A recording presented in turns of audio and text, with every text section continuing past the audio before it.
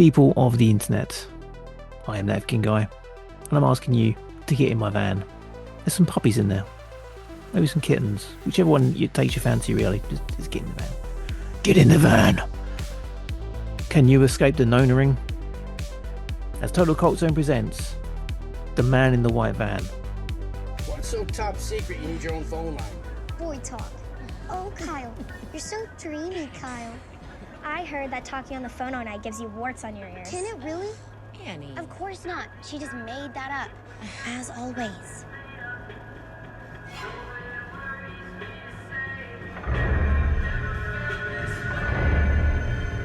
Human remains found on a property in Hernando County.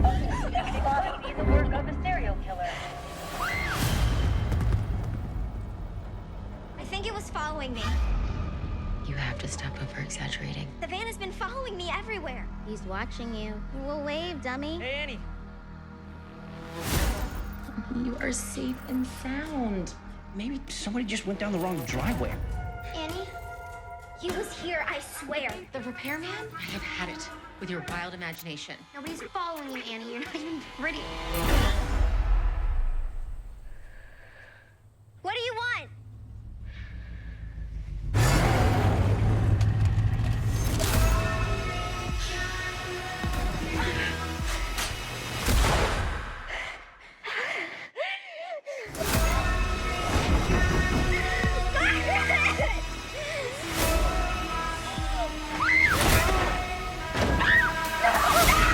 Neighbors say they complained for years about the horrors they believed were happening, all perpetrated by a man referred to by local teens as...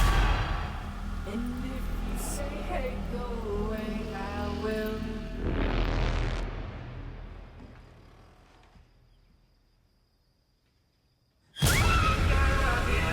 I watched the movie last night as well, by the way. Excellent. I stayed up with my other half. We watched it together because he'd asked me about it. I showed him the trailer and he was like, oh, it looks like it might be good actually. And I That was just doesn't there bode well. like, it's the way that he says it. Like, it just makes me laugh a lot. Like when he's like, oh, that looks like it'll be good actually. Is this a real film? I think it's because he's used to like what I usually watch. Jane, it's like a case, I'll show the trailer and it will be a case of if there's a person in it she knows, it's considered a real film. If no one in it Yeah. clicks her, I don't think this isn't going to be good. He's like, if it's got somebody that I recognize, then cool. But if not, it's bullshit. I don't know the movie. And it's just I don't know silly. this. Yeah, it's so silly. I don't remember people like half the time because celebrity culture baffles me at the best of times. But I also just don't like, if I like a movie, I like it. Like, it's kind of as simple as that. This doesn't have the greatest of names. It's a different connotation over here, isn't it? With the man in the white van.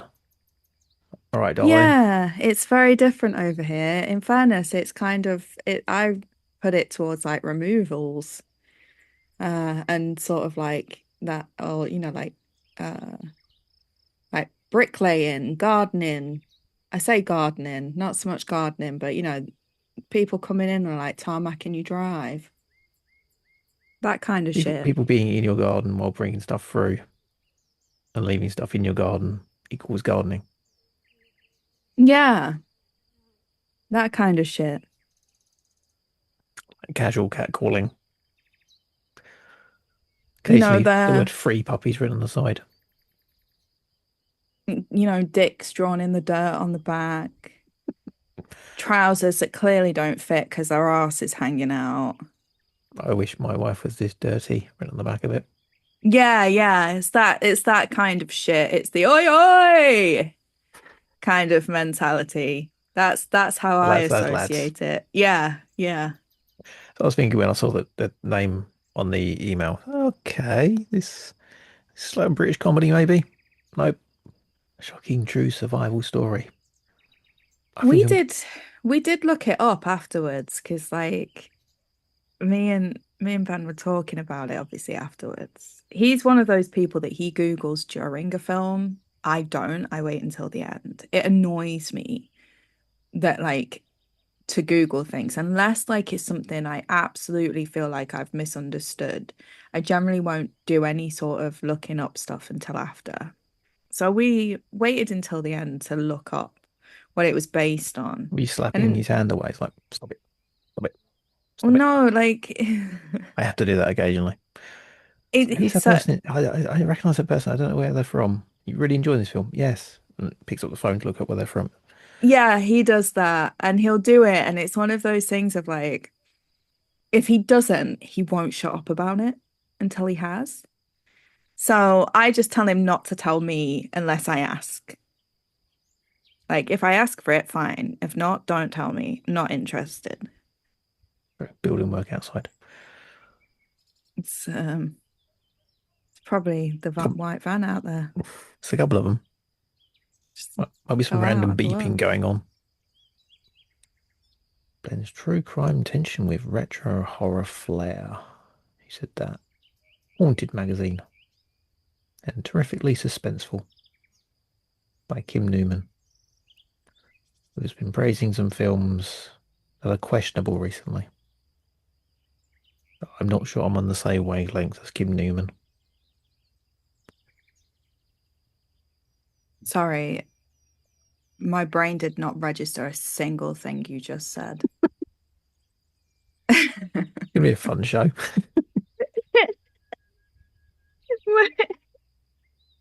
I was sat here like, my God, I'm so full of cold. Let's get this shit out of the way then. Not that the film's shit. Wind that Did you back. think it was shit? There were issues. There were issues. Yeah. I'll get the synopsis and stuff out of the way. You can have another shot of Jägermeister. Yeah, I'm gonna do that. I'm gonna find some pain bits. Delving into the eerie underbelly of a seemingly idyllic 1974 Florida town, this creepy, suspenseful thriller follows the harrowing experience of young Annie Williams, a spirited young girl whose carefree existence is turned upside down as she becomes stalked by an ominous man in a white van. Known for her wild imagination, her parents dismiss her fears, plunging Annie into a terrifying Halloween nightmare that shatters her world. A tension-packed thrill ride inspired by a series of true crimes that shook the southern states of America. This is the extraordinary true story of one girl's unimaginable ordeal against a serial killer. Already receiving critical acclaim, with Empire's Kim Newman calling the film terrifically suspenseful, The Man in the White Van also features a standout cast including Madison Wolfe from The Conjuring 2 and I Kill Giants, Ali Larter from Final Destination, Legally Blonde and Jay and Silent Bob Strikes Back, and Sean Austin from The Goonies. I don't think he's done anything else, has he? No, just The Goonies, that'll do. The Man in the White Van will be available on DVD, Blu-ray and digital from the 29th of September. I'm going to comment, Sean Austin looks like a small child in an adult's costume. That was the guy that played the dad, right? Yeah. No, Yeah, Samwise. I would agree, to be fair. I've seen him in other roles where he actually looks like an adult, and this one he looks like a small child in an adult's costume. He looks like Weird. he's role playing as the dutiful husband, which maybe he was. Like maybe that's a whole other part of the movie we just didn't get to see. Yeah. Apparently inspired by American serial killer and child molester and sex offender called William Billy Mansfield Jr. He said you did look this one up, so you've got an idea what it is. This isn't a true crime podcast, so I'm not going to go too much into it. But yeah, it's murders of 5 women and girls between 1975 and 1980. Breeze through a few articles. There's nothing in there about a white van specifically. So I can kind of guess you can go, Well, it's inspired by. I read something else about this because this is the thing that I was looking up. Hmm. And apparently the story, whilst based on that guy, is also based on somebody who, like, through their experience and them actually surviving what they believe to be that man. Okay. I didn't see that one, but Because the weirdest part about the actual movie is it starts in 1970, but they're saying his crime span 75 to 80. I know it's yeah. loosely inspired, but it's one of those things of like, I don't know. There's a few too many films using the inspired by recently, which yeah, it's getting annoying. Because I know Texas Chainsaw Massacre is the most famous one where it's like inspired or actual events, and it didn't happen, obviously. But I think they're kind of taking that to the extremes where they're actually kind of half basing it on something sometimes. I think for me, you either go all in or you do exactly like Texas Chainsaw Massacre did and make it all up. Yeah, I've had one of them. I believe it'll be the review up before this. Bad Man, inspired by true events. Absolutely wasn't. And the show before that, Mildred Burke's biopic Queen of the Ring. It's based on real life events, and to an extent it is. But then in that film, I don't know if you heard about this, but they actually kill off a character who didn't die in real life. It's supposed to be an actual story. Well, they kill off a character who didn't die until like 2009. Why did they do that though? Um, well, it's women's wrestling, and I believe it's something to do with how women shouldn't wrestle. People were against it at the time. So it was like creating a thing of she died in the ring, therefore women can't wrestle in the ring because this could happen. I'm sure that might have been was the case, but they cut it from the version we had. It's in the director's cut though. But it's kind of insulting to kill off a character who didn't die. Yeah, it's weird behavior actually. Yeah. And this one is at least it's semi based on real stuff, I guess. I'm guessing the white van is creating an icon because you don't really see the guy himself. So the white van being the ominous figure in the background, constantly Yeah. stalking you, is the Michael Myers, Jason Voorhees kind of figure. Yeah, I don't know how I feel about the person being faceless either. Mm, Like, I'll be real about that. It would have been nice to have had more insight. We saw a little bit, but yeah, it wasn't a lot. And I would have liked a bit more information on who those people or that person or that situation was. It was weird. yeah. There's no chance to do red herrings almost in this one because most horror films have that Yeah. thing of oh, it's this person obviously, or it's this person, or there's some shade thrown at someone. Because in this, the only one you could say was being positioned was possibly the boyfriend or the guy she was interested in. But then that's not going to work because he would have been a child. Yeah. And that leads me to the whole big tonal shift in this film where it is a teen drama with horror elements, which can work. But in this, it was completely pointless having that entire storyline Yeah. of having the guy she was interested in because he had no bearing on the story whatsoever. I don't know how much of this is a spoiler, but I found the ending very anticlimactic. And I found like the whole thing, in fact, it felt like it built up to go nowhere. And that was the part that was disappointing because there was no Scooby-Doo reveal, but there Mm. was also no freaking Scooby-Doo clues. There was just nothing. It was like, this is what we're giving you, and you're gonna like it. Like it's hard because I didn't think the movie was bad.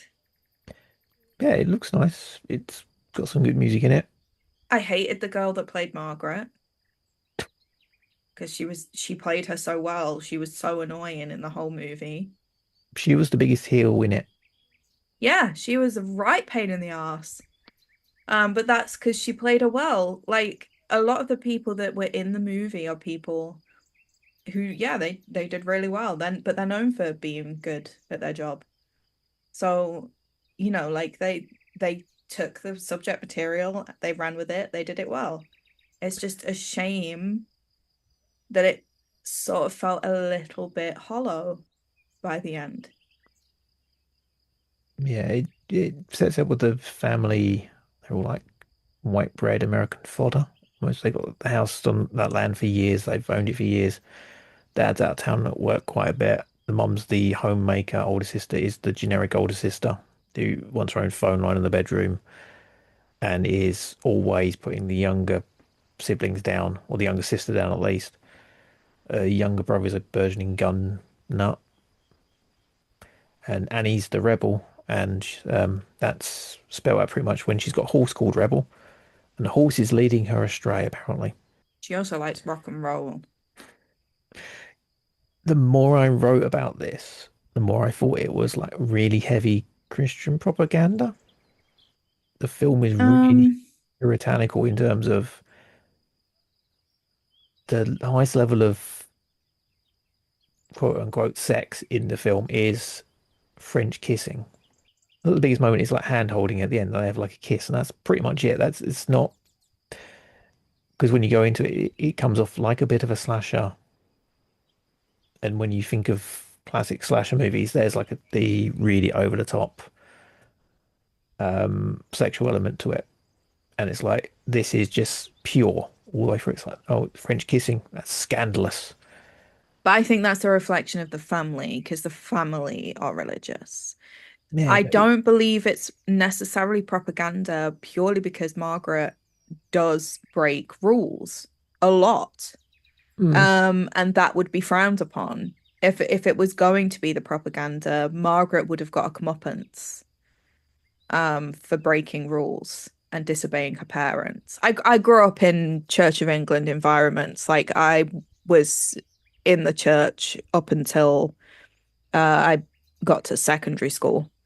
There would have been consequences that would have exceeded in terms of the ways that the movie played out, if it was to be that way, because it would have been a see, this is what happens, you should fear God kind of thing. And Margaret disobeyed several times. Annie. Margaret's the older sister. Yeah, no, Margaret did disobey several times. It wasn't Annie, it was Margaret. Annie was She snuck out the house. Yeah. She disappeared to go and be with a boy later on. If you put Margaret down as being the main character in the story, that would have made sense, yeah. But this is what I mean by it's a reflection of the family. When it comes to Annie, I think Annie is just somebody who is innocent, and there's nothing wrong in that. Her praying and saying, oh, and please let me kiss a boy before I turn 16 is just, for me at least, that is probably a very normal teenage girl experience as opposed to a Christian experience, if that makes sense. Teenage girls go through that concern of, at some point, I'm just gonna have to do it. I grew up around teenage girls. Like, I saw it. I was one of the last ones to kiss a boy. I know how much shit I got for that. I wasn't interested. They were all disgusting. I saw how they all kissed each other. It looked vile. Why would I want to do that? But I also know the pressure I got socially amongst my friendship groups because I hadn't kissed a boy. So I think a lot of the things are just very normal teenage experiences. I think had this been more propaganda, there would have been more serious consequences for the people in the film that did things. Because whilst, yes, Annie is the main character, Margaret is also an antagonizer in the movie, and part of the reasons why Annie is having the hard time that she's having. So I think, yeah, like I understand what you're saying. Mm. I just don't think I don't think it is that. Like it would be a lot more obvious. There would have been far more smite things happening. Possibly. I mean, the film is about a person who preys on kids and young ladies. So it is kind of violent in that aspect, and it does get a little bit nasty at the end, but not so much. So I that think that's level of why yeah, but that there's level no. of sex is kind of weird when you're looking at a film that's supposed to be a horror movie or a thriller or a slasher. But I think that's why there's no sex. It would be Yeah. disrespectful, particularly given the circumstances. Mm. And I think there were moments where it absolutely was still insinuated. It just would have been too much for a movie that's about incredibly young women and girls. Mm. You wouldn't be able to incorporate it in a way that would be okay. And I think we are starting to reach a point with, particularly with based on real life things. Because I've seen this discourse online a few times where certain things don't need to be applied into films for them to be horrific.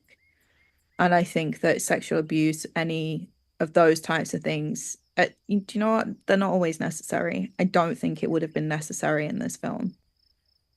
Like it's based on what already was and is a horrific event. If people want to know about that side of things, they can Google it. No, I mean more. I think the murder things where it's going through the years, that's well done. It's actually there's not a lot being shown. It was really well done, yeah. That's really good. That's really well done. It's just when it comes to relationships and the teen drama aspect of it in a film that also includes the other stuff. That's the issue I have. So I don't want to be seeing sexual assault on film. It's more you have a teen drama in a horror film, Oh, you and mean as in you would expect there to be more sexual tension between the two yeah, teenagers? that's the thing that gets me with it, and it's not that I want to see it because I know there's the whole thing nowadays where people don't want to see sex on screen if it's not needed. But if you have a film that's essentially a horror and a thriller with all this stuff going on in it, and the other story going on is this very light teen drama, tonally, that's really off with me. So I'm watching a teen drama film or like something that could be on TV at like the middle of the day on Channel 4 before Hollyoaks.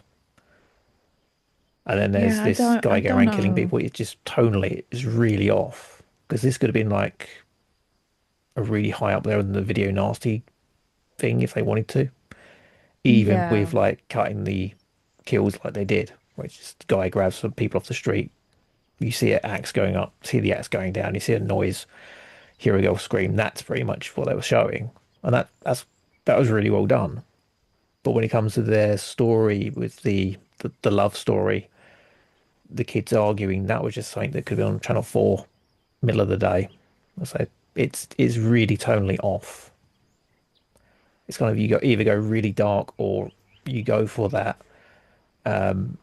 early to late 90s teen horror film slasher movie type stuff where there is some slightly heavier because I know that some of the films like Scream didn't go too heavy on that, but there is like the relationship with them is getting heavier than it would be than in this film. Yeah, I don't know. I didn't really feel like it was. I Yeah, felt like that's they were portraying her just as this very naive person, which is, I think, what she was. mm, Like in it's reality, like she saw rebellion as having a fucking horse. yeah, there was no one leading her astray too much. Like the older sister was, Horrific. yeah, but she was doing it in an annoying way rather than leading her astray, kind of thing. Yeah, that this is what I mean by like the rebellious part though. Like it wasn't she was doing what she felt was being rebellious. Like the the reality is it's typical teen angst, but it's Mhm. teen angst when there isn't really a lot.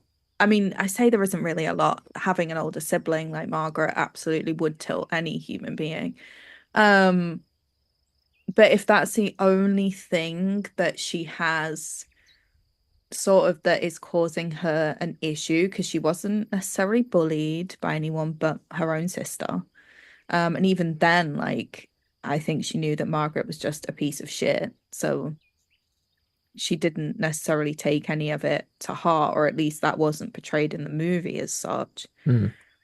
A lot of it smacks me of just general teen angst and hormones. I need to hate the world because I'm a teenager kind of stuff. I don't know. Yeah. I never saw her as anything other than just a naive church girl, I guess. Because the horse stuff made me laugh quite a lot. Like when her mum was sat saying like the horse is the problem, and I'm like thinking, you bought her the fucking horse, man. Like I want to live in a world where a horse is leading someone astray because they want to go out and ride it. I would fucking love to have a horse that was leading me astray. Real life BoJack Horseman. Yeah, I mean that is the what I'm trying to get at. It really is. There's nothing. She's rebelling, but there's nothing to rebel against, and it's not extreme enough in terms of I don't know. It's just so light on that front. But when you come to the guy going around killing people, it's a massive jump. I wonder if that's purposeful though. Mm, maybe we're just getting old and don't get how people react to stuff now. I don't know. I did yeah, and it could just be that movies have changed. I know there's I'm going to call it heavy-handed Chekhoving because Chekhov's gun. Expand on this.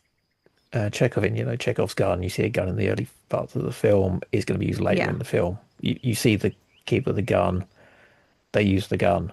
This has Chekhov's sharp hook thingy and Chekhov's horse kicking your head off, which they even allude, like actually say. And I'm like, okay, that's going to happen at the end. Sorry, spoilers, but I mean, it's the it's Netflix thing not of having really to a massive explain spoiler. stuff because you're not watching it. It just so, oh, right, that's going to happen. Cool. Yeah. Yeah, it's being able to know what the next step is going to be because we've already been told at some point in the movie. I think for me, it's just the tonal issue of the idea of teens being abducted and killed and whatever being put in there with like French kissing being scandalous and holding hands and nothing extreme and then everything happened. Yeah, yes, tonally, it's really awkward to get my head around. Like in terms of where this film should lie on the rating scale. Because I think it's a 15 and it could go up to an 18 if it wanted to quite easily. But then it could go down to a 12 or even a PG quite easily. Just removing a few scenes here and Yeah. there. Yeah, I agree with that too. I think that it's almost could be brought down to a television movie. Yeah, it's the level of incongruity with it, where it's up at one point and down at another point, and it just didn't work for me. But yeah, like say, all the actors great. The older sister really annoying that she was supposed to be the girl who cried wolf. Didn't really hit with me either. I guess that's the overall message because she's supposed to be a big liar and embellishing stuff, and she does it like once maybe. Yeah, I feel like there wasn't enough context given as to why she was put in that position. Yeah, because There was some given, yeah, but like not a lot. and the family just not like if one of your kids said like there's a white van following you around, would you call the police straight away? I mean, to be fair, I would have, if my kid came home and said that, yeah, 100%, I'd be contacting the police. It might be the non-emergency line, but I'd still be like, look, my kid's come home and said this, I'm making you aware. Yeah, because this was 74, 74, I think this is based in, and I think Bundy had been caught that year, and that's when the big thing of hitchhiking stopped, didn't it? Really, so it's not safe to go out because you can get abducted because mostly Yeah. about Bundy, and that would have been like in the news if they're doing the real life story. That would have been in the news or headlines that people have gone missing from highways. Be aware of this, be aware of that, and it's where the more paranoia kicked in with American culture. So yeah, if your kid comes home and goes, "There's a white van following me," you go, "Okay, fair enough." And if they do it twice, it's like, you maybe investigate a bit more. Yeah. But yeah, the family's terrible in terms of that. And then the friend at the end who's phoning her home rather than phoning the police after seeing her nearly get abducted. Yeah, that part did really piss me off. I think that's a spoiler, but yeah, it's Because why are you not calling, like, why are you trying to call the house that many times and then call the police? Like, I'd have been, if, I mean, I might have tried the house first, but if I couldn't get through, I'd have been on the phone to the police straight away. yeah, you've All just the been chased. survival skills of a lettuce leaf. I did actually say that at one point whilst we were watching it because I was just like, this is bullshit right now. I got called a hater actually for it, but Oh, did they like it? I think it was more just because I was getting really irate at various points where I was like, why are they doing this now? Like, come on, fucking hell. Yeah, it gets frustrating. Yeah, like I've watched enough horror movies to know how this shit ends. Yeah, again, it's early on. They wouldn't have seen a horror film, and I do stand by the whole thing of up until Scream. Actually, even nowadays, a lot of horror films don't exist within horror films, which begs the question: does the genre of horror exist in horror films? Yes, because some of them, I'm sure I've seen horror movies where they're watching a horror I think movie. nowadays, yeah, but up until Scream, it was well, even now you still have zombie films that don't refer to them as zombies, which means in that universe, zombie films don't exist or zombie media doesn't exist. You see, I'm not sure about that. Walking Dead, they call them walkers or something else, don't they? They don't call them zombies. Yeah, but I think that's because of that's because of the fact that there is a lot of nuance and discussion around what is a zombie. I remember seeing this or hearing about this because of like Shaun of the Dead Mm. and 28 would it have been 28 days at the time? Was that the first one? I think it's What 28 days that came out first. They one with both Sandra came Bullock out, getting sober? no, 28 days later.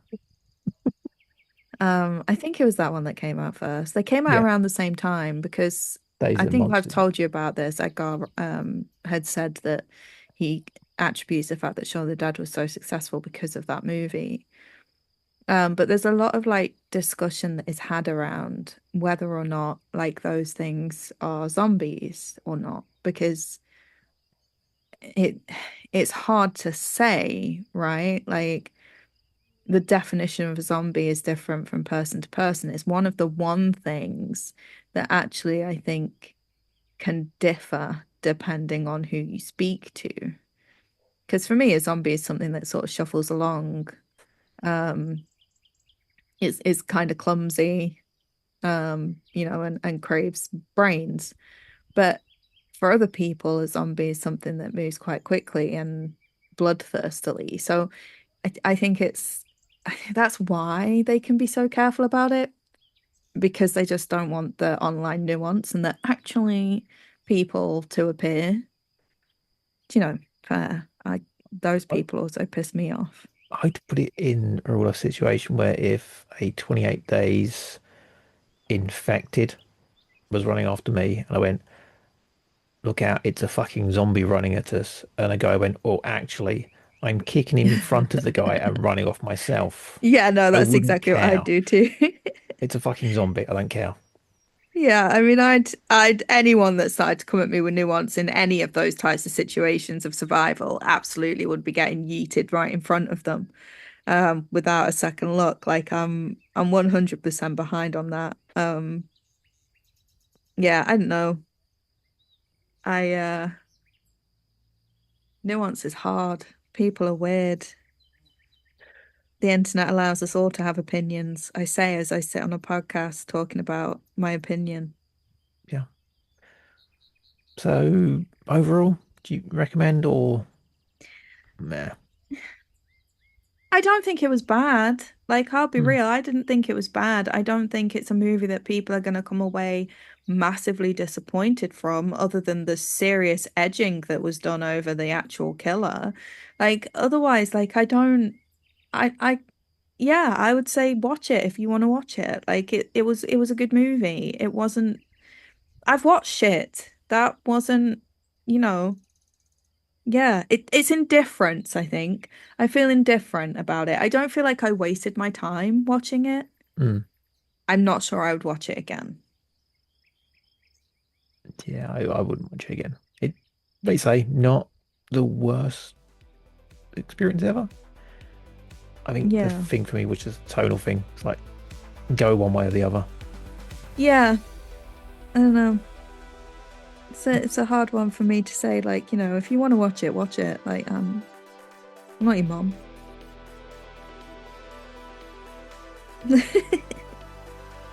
So, Mum, where can we find you online? I am on Blue Sky, Nona-ing. Two Fs. It'll Good be like white bands. right there. British. I'm British, innit, bruv? And me, you can find totalcultzone.com, totalcultzone.com. Go there, read my zine with all the information. You can find me online, it goes to social media. And the email address to complain about me being old curmudgeon. Maybe some grotty drawings will be on there as well. totalcultzone.com. And The White Van will be available on DVD, Blu-ray and Digital from 29th September. Should we go to a spoiler zone, even though I think we've spoiled it already?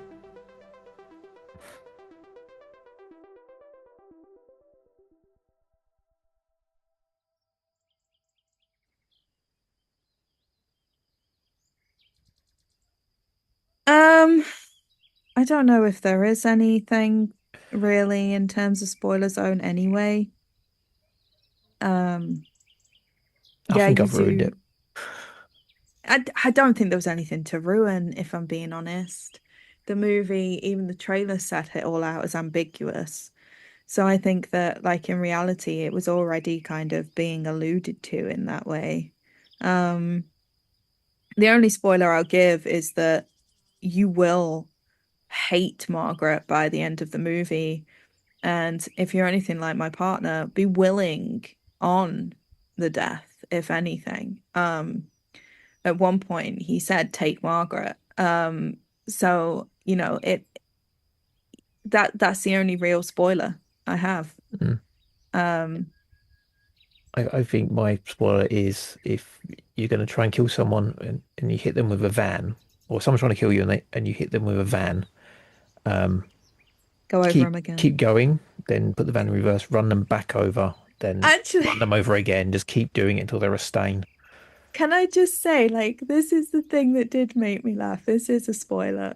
Dude gets kicked, like absolutely pelted by a horse. He gets back up again like he's the fucking Undertaker. And then he gets knocked down by a van. Like, he chases them through a house. He breaks through several doors. I'm there, like, thinking, what is this man? This man isn't, like, just eating his Weetabix at this point. Like, there is something. I want to know what it is, because, like, god damn, if that's whatever he's on to get through all of that, I would like it, please. Like, insane. Yeah, at that point you go, Absolutely true insane. story? Really? Really? Gets knocked down by a van after being kicked in the head by a horse, after breaking down two doors and chasing these two girls. Like, I think if it were me, after I got kicked by the horse, if I did get back up again, I'd get through the first door and then be like, "Do you know what? Fuck it. Kudos to you. I'm going home." Like, I would not be continuing that chase. That's the only spoiler, really, because that's the only thing that I did sit there and think, no, come off it. Oh, did you see the post-credit scene? With the van Yeah, that again. and the very end. There is a song at the end of the film on the credits. Did you stay for that? I didn't stay for the whole of the credits. I stayed for the Oh, picture parts. oh. Um, Am I getting a spoiler now? it's a song at the end which is created in conjunction with a charity which aims to return lost and missing children. Oh, I did see. Yeah, I saw that Yeah, start to come up. Yeah. and it's No Runaway Train, but it's fair enough. It's fine. It's the fact they're showing clips of the band performing next to scenes, behind the scenes footage of a film about a serial killer. Yeah, a bit tone deaf. It's a bit of a choice. Yeah. That is quite tone deaf. Sorry, I'm just still thinking about how he managed to escape from a fucking horse kick and being run over by a van. So why you'll never have a horror action figure dedicated to you. Because I just would never be able to get back up again. They'd slam a door in your face, be like, oh, fuck it, I'm going home. I mean, it's true. I'd be a fucking terrible, like, murderer, serial killer. So at the moment, they'll I'd be just running give up the up. stairs and they'll be like, oh, fuck, no. I'd leave him a certificate, rubber stamped with "good job. You survived the Nona-ing," and then whatever year it was.